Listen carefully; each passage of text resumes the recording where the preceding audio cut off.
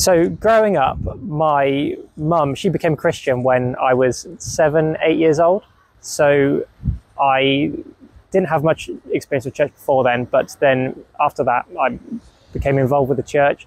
So we started going to a local free church. What happened was, as I got to university and I suppose I just began to ask questions for myself for the first time. I can remember trying to talk to a friend, evangelize him, and I realized, well, I'm actually not sure I believe in what I'm telling him. And then I spoke to my uncle, who was a scientist and an atheist, and he was quite blunt, and it really made me doubt my faith. And yeah, so I'd say I then fell away. I mean, on the surface, everything was great. I was at university.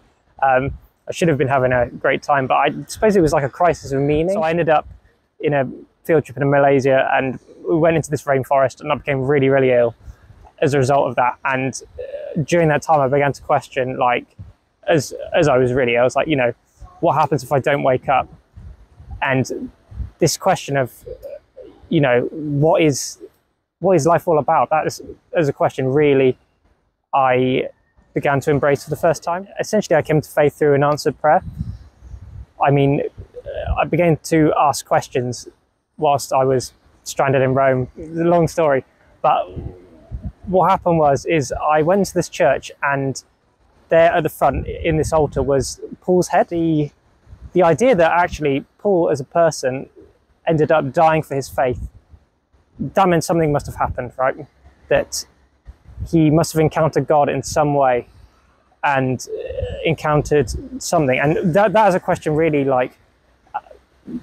impacted me. I just said, look, God, in the Bible, we come across stories all the time that, you see people encountering God in different ways. So I suppose you've got Moses in the burning bush is for example, is one way which God appears and speaks to people. And for me, it was a question of, why doesn't that happen today? And, why can't we experience God today? So that was what my question was. And I suppose it was just answered through an experience of answered prayer. After that experience, it sort of reframed everything. God is real. We have a God who answers prayers, a God who wants us to encounter him and love him. And I became a much deeper Christian through that.